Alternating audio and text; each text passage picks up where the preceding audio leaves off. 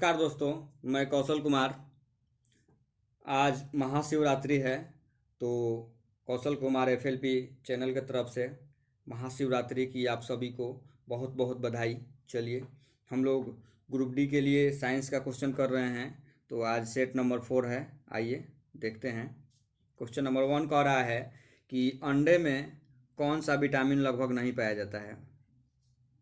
क्या कह रहा है कि अंडा में कौन सा विटामिन नहीं पाया जाता है। तो ये विटामिन सी अंडा में नहीं पाया जाता है। और अगर विटामिन सी की बात किया जाए तो इसका रासायनिक नाम एस्कॉर्बिक एसिड होता है।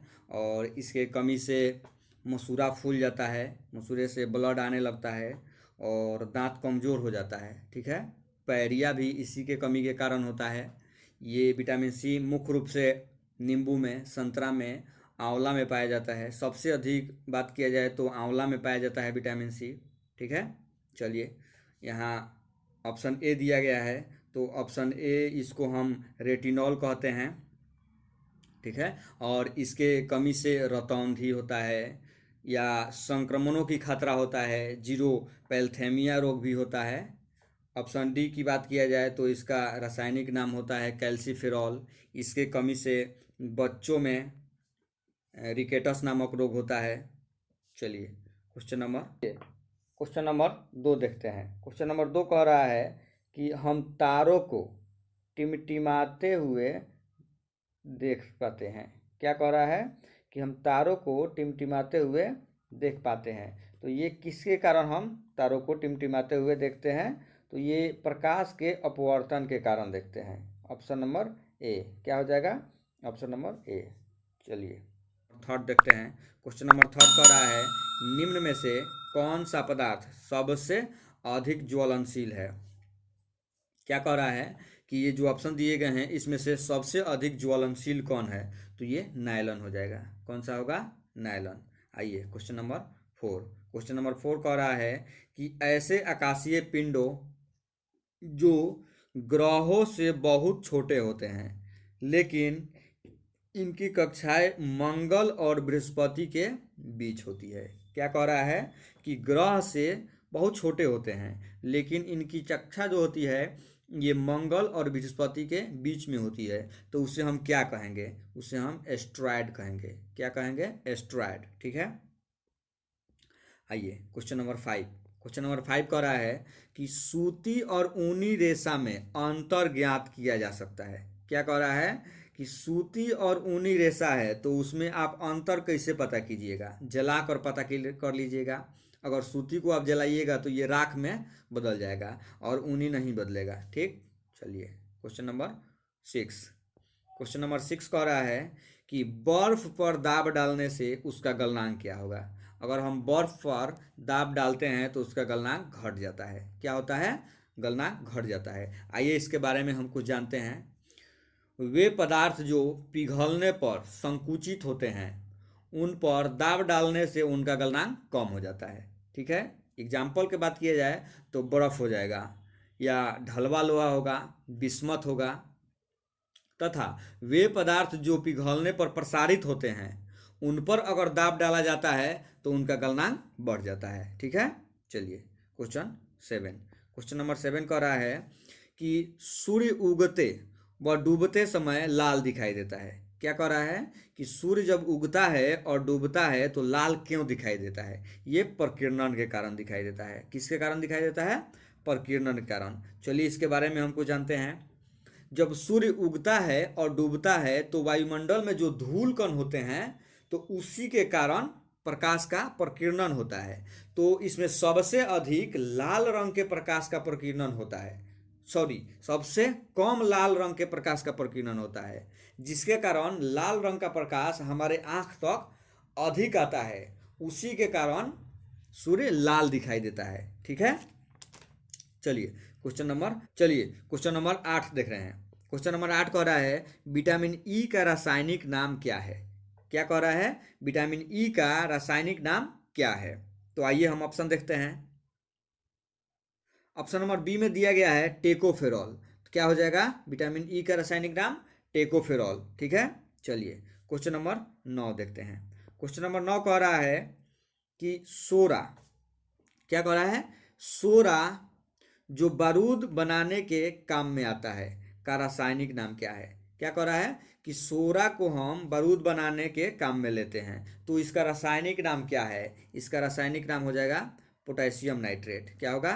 Potassium nitrate. आइए क्वेश्चन नंबर 10। क्वेश्चन नंबर 10 कह रहा है कि सोनार अधिकांशतः प्रयोग में लाया जाता है, यानी सोनार एक उपकरण है, इसका प्रयोग सबसे अधिक कौन करता है? तो इसका प्रयोग नौ संचालक करते हैं। इसका प्रयोग इसलिए करते हैं क्योंकि समुद्र में बहुत सारे खनिज पदार्थ होते हैं, तो उनको पता लगाने के लिए सोनार का प्रयोग करते हैं नौ संचालक। चलिए क्वेश्चन नंबर 11 है, कंप्यूटर में पासवर्ड सुरक्षा करता है। क्या कहता है? सुरक्षा करता है। कौन? कंप्यूटर में पासवर्ड। तो ऑप्शन देखते हैं, हार्डवेयर के पुराने पढ़ने से, ये नहीं होगा। सॉफ्टवेयर की त्रुटि से, ये भी नहीं होगा। ऑप्शन सी हो जाएगा, तंत्र के अनाधिकृत अभिगमन से। ठीक है, चलिए क्वेश्चन 12। क्वेश्चन 12 कह रहा है कि विटामिन डी की अल्पता से कौन सा रोग होगा? हम लोग आगे देखे हैं विटामिन डी के बारे में। विटामिन डी के कमी से रिकेटस नामक रोग होता है छोटे छोटे बच्चों में। चलिए क्वेश्चन 13। क्वेश्चन नंबर 13 कह रहा है, क्रायोजेनिक इंजन में नोदक के रूप में क्या प्रयोग करते हैं? क्या कह रहा है कि क्रायोजेनिक इंजन में नोदक रूप में क्या प्रयोग करते हैं? तो इसमें हम प्रयोग करते हैं द्रव हाइड्रोजन और द्रव ऑक्सीजन। Option number C. ठीक है, चलिए क्वेश्चन 14। क्वेश्चन नंबर 14 है कि चुंबकीय भूमध्य रेखा पर नति कोण का मान कितना होगा? क्या कह रहा है कि चुंबकीय भूमध्य रेखा पर नति कोण का मान 0 डिग्री होता है। कितना डिग्री होता है? 0 डिग्री। चलिए क्वेश्चन 15।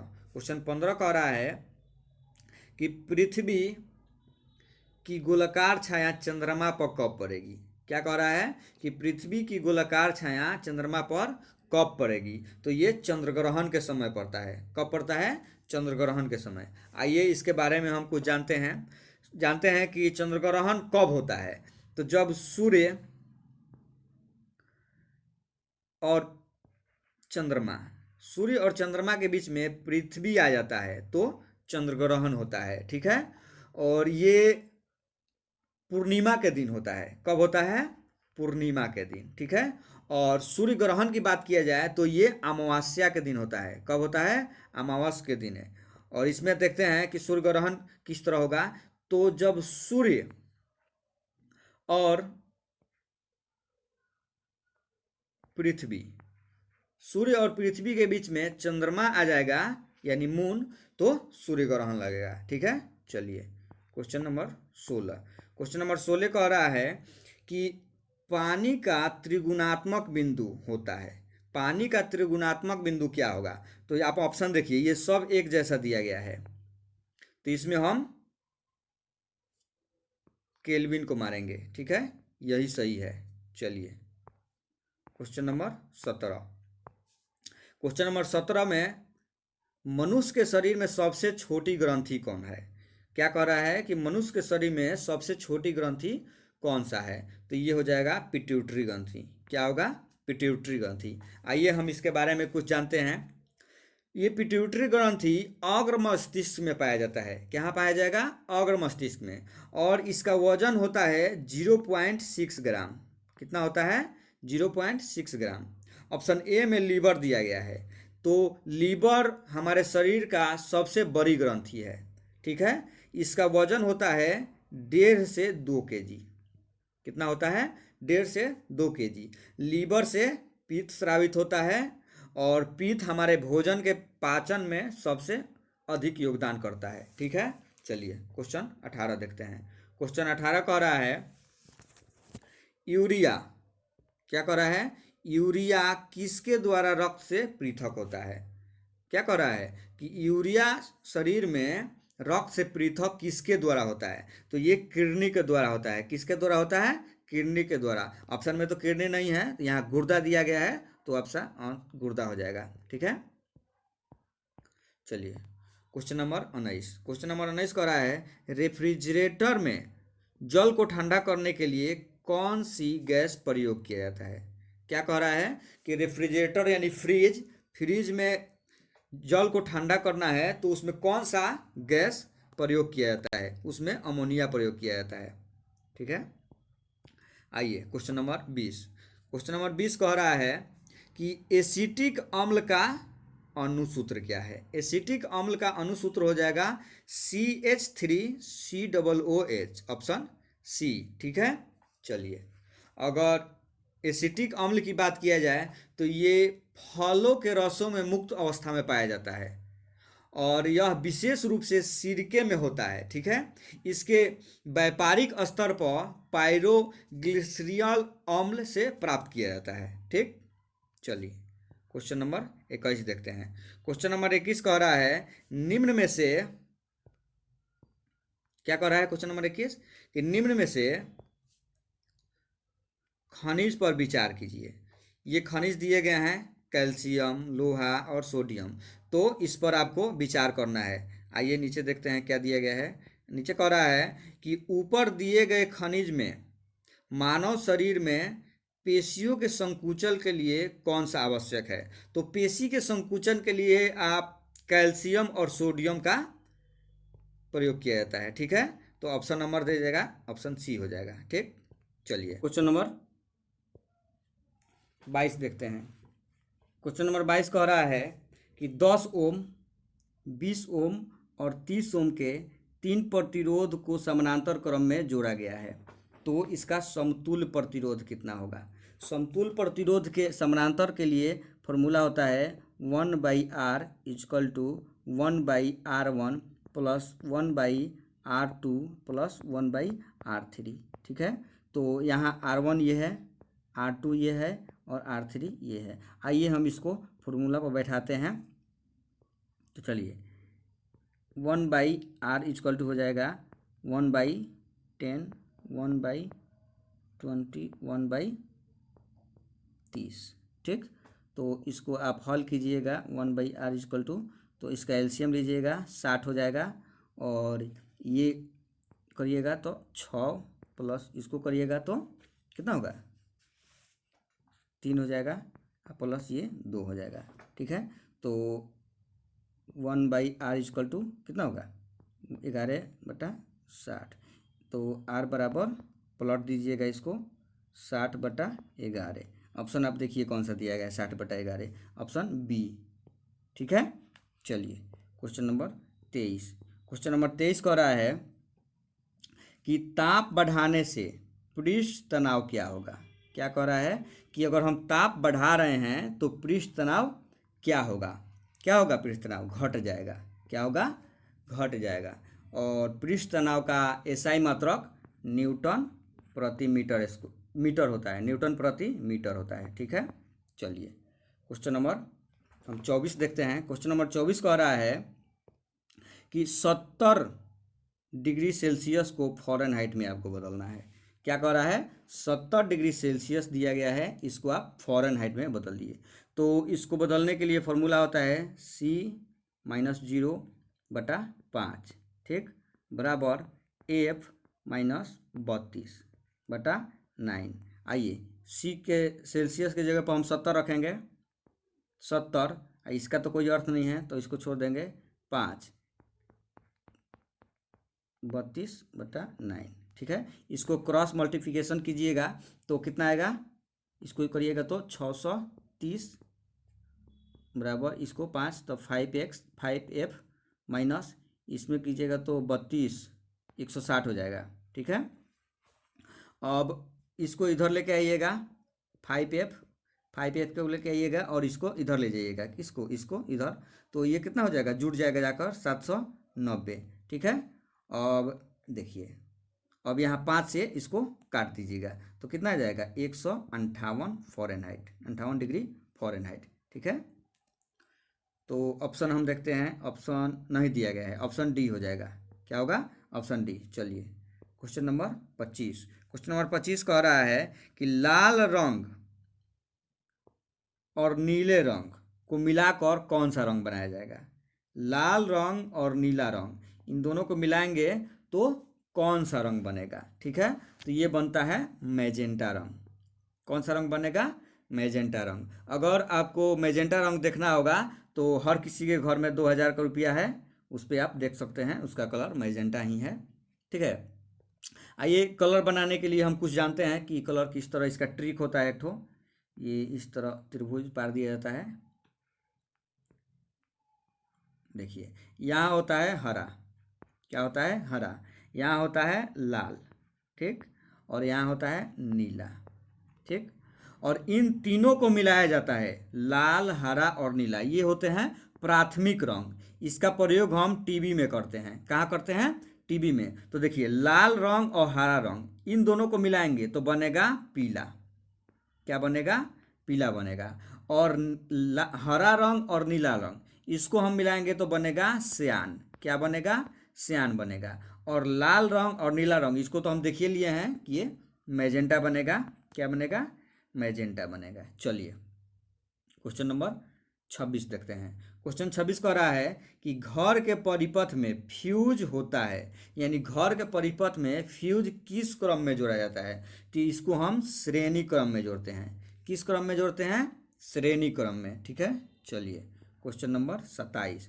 क्वेश्चन 27 कह रहा है कि शल्य क्रिया में ऑर्थोप्लास्टिक क्या है। क्या कह रहा है, शल्य क्रिया में ऑर्थोप्लास्टिक क्या है। तो ये ऑप्शन हो जाएगा सी, क्या, कुल्हे के जोर का प्रत्यारोपण। क्या हो जाएगा, कुल्हे के जोर का प्रत्यारोपण। आइए क्वेश्चन नंबर 28।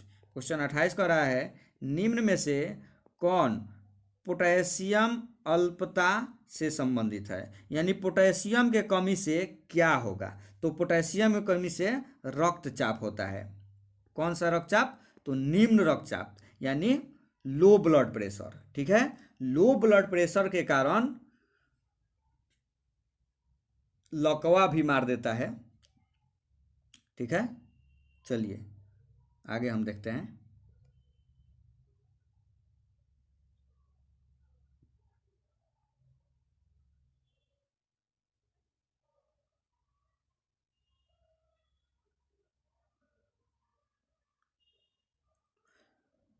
चलिए क्वेश्चन नंबर 28 देखते हैं। निम्न में से कौन पोटेशियम अल्पता से संबंधित है। पोटेशियम अल्पता से कौन संबंधित है, तो ये हो जाएगा निम्न रक्तचाप, यानी लो ब्लड प्रेशर। क्या होगा, लो ब्लड प्रेशर। आइए क्वेश्चन 29 कह रहा है हीमोग्लोबिन के बारे में निम्न में से कथन पर विचार कीजिए। आइए हीमोग्लोबिन के बारे में हम विचार करते हैं। एक में दिया गया है, इसमें लोहा होता है, क्या, Fe, सही है, होता है लोहा। यह रक्त में ऑक्सीजन का वहन करता है, ये भी सही है, रक्त में ऑक्सीजन का वहन करता है। यह रक्त को लाल रंग प्रदान करता है। ठीक है, ये भी सही है। यहाँ इसमें जब लोहा होगा तो ये लाल रंग प्रदान करेगा। ठीक है। यह कुछ रोगों के प्रति प्रतिरक्षा प्रदान करता है, ये गलत है, ये गलत है। तो ऑप्शन क्या हो जाएगा, 1, 2 और 3, ऑप्शन बी। चलिए क्वेश्चन 30 कह रहा है पारिस्थितिक तंत्र में उच्चतम पोषण स्तर प्राप्त करें। क्या कह रहा है कि पारिस्थितिक तंत्र में उच्चतम पोषण स्तर किसको प्राप्त है, ये सर्वाहारी को प्राप्त है। किसको प्राप्त है, सर्वाहारी को। अगर पारिस्थितिकी तंत्र की बात किया जाए तो पारिस्थितिकी तंत्र जो ये शब्द है पारिस्थितिकी, ये शब्द का प्रयोग सर्वप्रथम टॉन्सले ने 1935 में किया था। कौन किया था, टॉन्सले 1935 ईस्वी में। चलिए क्वेश्चन नंबर 31। क्वेश्चन नंबर 31 कह रहा है कि टेलीविजन के दूरस्थ नियंत्रण में किस प्रकार के प्रकाश तरंग का उपयोग होता है। क्या कह रहा है कि टेलीविजन के दूरस्थ नियंत्रण में किस प्रकार की प्रकाश तरंग का प्रयोग किया जाता है। तो इसमें हम प्रयोग करते हैं औरक्त। कौन सा तरंग प्रयोग करते हैं, औरक्त का। ठीक है। औरक्त की खोज किया है हर्शेल। कौन, हर्शेल। और अगर इसका तरंगदैर्घ्य परिसर की बात किया जाए तो 7.8 × 10⁻⁷ से 10⁻³ मीटर तक होता है। ठीक है। और ये ऊष्मीय विकिरण है। क्या है ये ऊष्मीय विकिरण है। जिस वस्तु पर ये पड़ता है उसका तापमान बढ़ जाता है।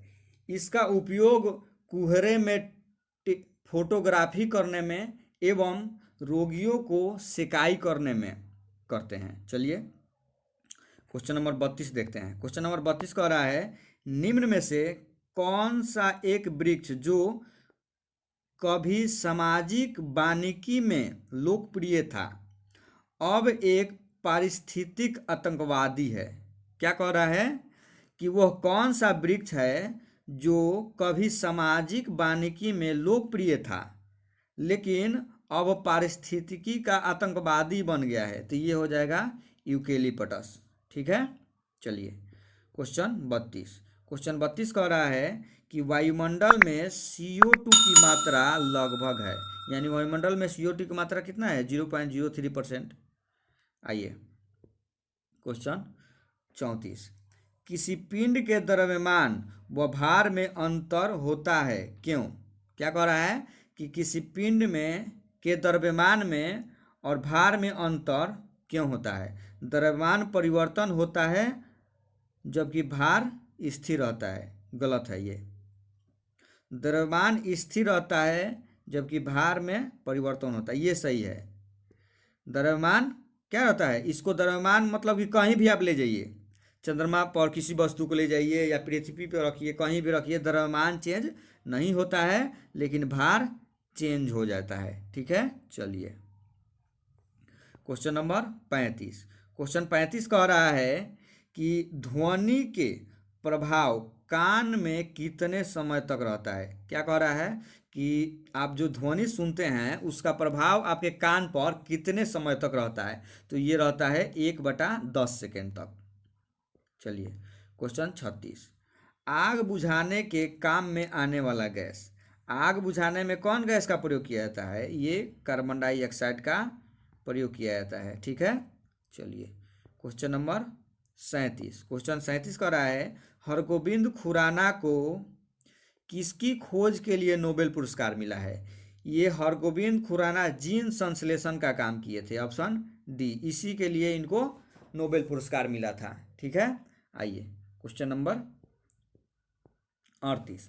क्वेश्चन 38 कह रहा है कि डीएनए के अणु में क्षारक बेसों की इकाइयों का संबंध है। क्या कह रहा है कि डीएनए के अणु में क्षारक बेस पाया जाता है। कौन कौन सा पाया जाता है? तो इसमें पाया जाता है एडेनिन, गुआनिन, साइटोसिन और थाइमिन। ठीक है। ये डीएनए में पाया जाता है।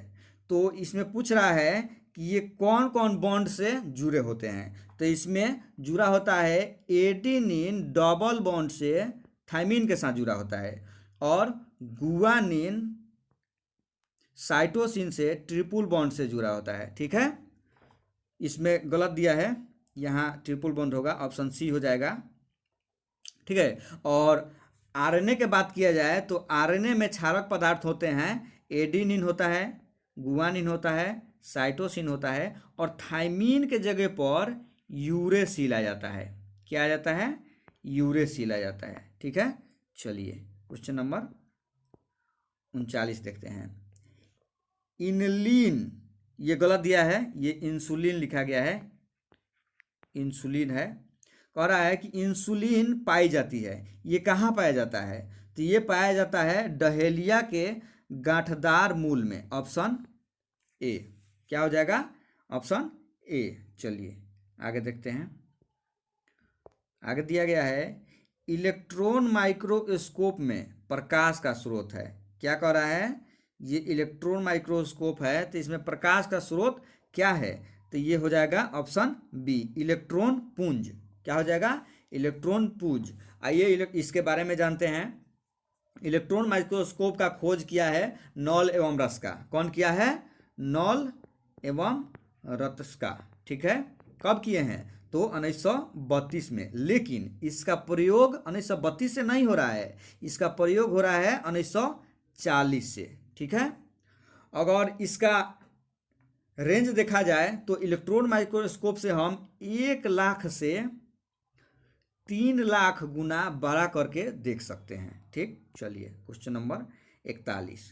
क्वेश्चन नंबर 41 कह रहा है कि 40 kg का एक व्यक्ति लिफ्ट में खड़ा, ठीक है, 40 केजी का एक व्यक्ति है और लिफ्ट में खड़ा है, व्यक्ति के पैर द्वारा अनुभव किया गया बल अधिकतम कब होगा। ठीक है, तो आइए ऑप्शन देखते हैं। ऑप्शन में दिया गया है कि जब लिफ्ट स्थिर हो, गलत दिया है, ये नहीं होगा।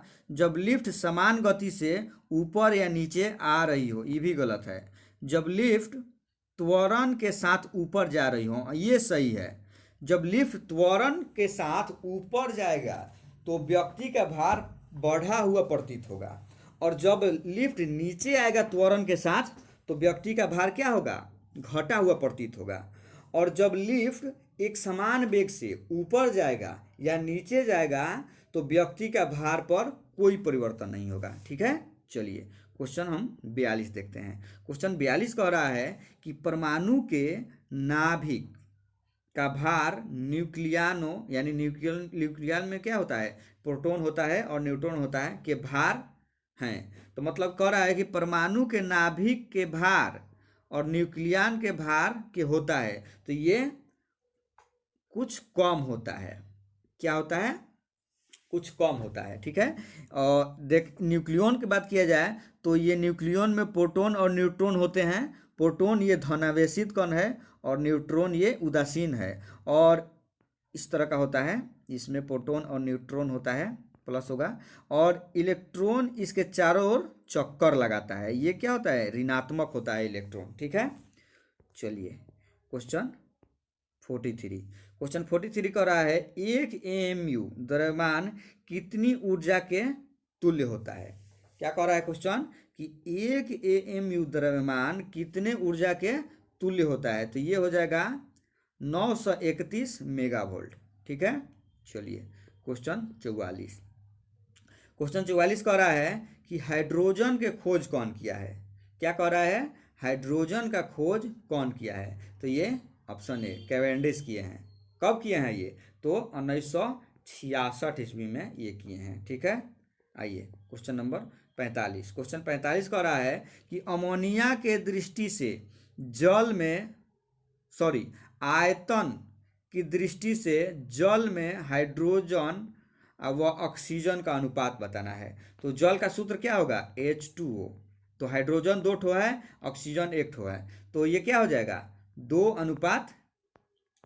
ठीक है, और भार की बात किया जाए तो हाइड्रोजन का भार क्या होगा, 2 हो जाएगा, और ऑक्सीजन का 16। तो इसको हम काटेंगे तो 1:8 इसका भार होगा। ठीक है, चलिए क्वेश्चन 46। निम्न में से क्या मिलाने पर जल की अस्थायी कठोरता दूर हो जाएगी। क्या कह रहा है कि जल की अस्थायी कठोरता दूर करना है तो हम क्या मिलाएंगे, सोडियम कार्बोनेट मिलाएंगे तो जल की अस्थायी कठोरता दूर हो जाएगी। आइए देखते हैं अस्थायी कठोरता किसे कहेंगे। तो जल की अस्थायी कठोरता में कैल्शियम मैग्नीशियम के क्लोराइड तथा सल्फेट के लवण घुले रहते हैं, तो हम इसे अस्थायी कठोरता कहते हैं। और अस्थायी कहते हैं जब जल में कैल्शियम व मैग्नीशियम के बाइकार्बोनेट घुला रहता है, तो उसे हम अस्थायी कठोरता कहते हैं। चलिए क्वेश्चन 47। क्वेश्चन 47 है, निम्न में से किसे वनस्पति शास्त्र का संस्थापक यानी वनस्पति शास्त्र का पिता कहा जाएगा, तो ये थियोफ्रेस्टस हो जाएंगे। कौन होंगे, थियोफ्रेस्टस। और अस्तु को हम बायोलॉजी का पिता कहते हैं या जंतु विज्ञान का भी पिता इनको कहेंगे। चलिए क्वेश्चन 48। क्वेश्चन 48 कह रहा है निम्न में से किसे मृदा सुधारक के रूप में इस्तेमाल करते हैं। क्या कह रहा है कि निम्न में से मृदा सुधारक के रूप में किसका इस्तेमाल करते हैं, तो किसका करेंगे, हम जिप्सम का प्रयोग करेंगे। किसका करेंगे, जिप्सम का प्रयोग करेंगे। ठीक, आइए क्वेश्चन नंबर 49। क्वेश्चन 49 कह रहा है कि कटहल की उत्पत्ति स्थल है, यानी कटहल का उत्पत्ति कहाँ हुआ है, ये हुआ है भारत में। कहाँ हुआ है, भारत में हुआ है। आइए क्वेश्चन नंबर 50। क्वेश्चन 50 कह रहा है कि पुच्छल तारे, क्या कह रहा है, पुच्छल तारे परिक्रमा करते हैं। किसका परिक्रमा करते हैं, ये सौर मंडल का परिक्रमा करते हैं। ठीक है, क्वेश्चन खत्म हो गया। इतना ही, चलिए धन्यवाद।